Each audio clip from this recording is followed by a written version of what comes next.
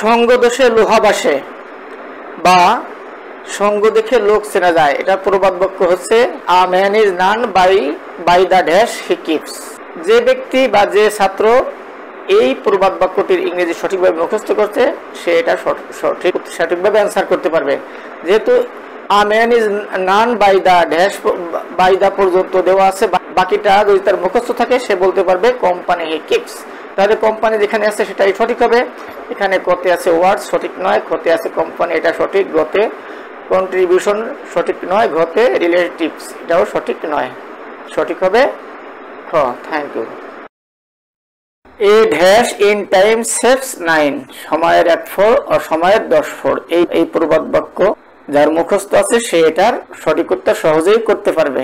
সময়ের 1 ফোর ও সময়ের 10 ফোর ইংরেজি কি? এ স্টিচ ইন টাইম সেভস 9। তা এর ফাঁকা জায়গার স্থানে স্টিচ হবে। এখন যে স্টিচের সঠিক বানানটা জানবে সে এখানে পারবে। যেমন কতে আছে STICK স্টিক, এটা সঠিক নয়।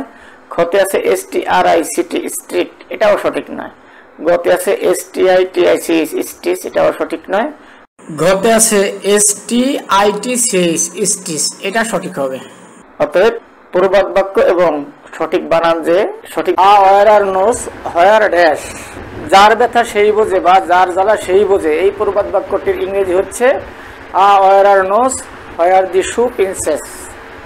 যার এই প্রবাদ বাক্যটি মুখস্থ আছে সে ড্যাশ অর্থাৎ ফাঁকা স্থানে কি হবে সেটা বুঝতে পারে। যেহেতু ওয়ার আর নোস হোয়ার পর্যন্ত দেওয়া আছে, বাকিটা হবে দি শু প্রিন্সেস। আমরা তাহলে খুঁজি কোথায় আছে দি শু প্রিন্সেস। ক নম্বর আছে এ ম্যান গোস, হবে না। খ নম্বর আছে হি ইজ রাইট, এটা হবে না। গ নম্বর আছে দি শু প্রিন্সেস, এটা সঠিক। ঘ নম্বর আছে দি পেইন ডিস্টার্বস, এটা সঠিক নয়, অতএব সঠিক গ। থ্যাংকস।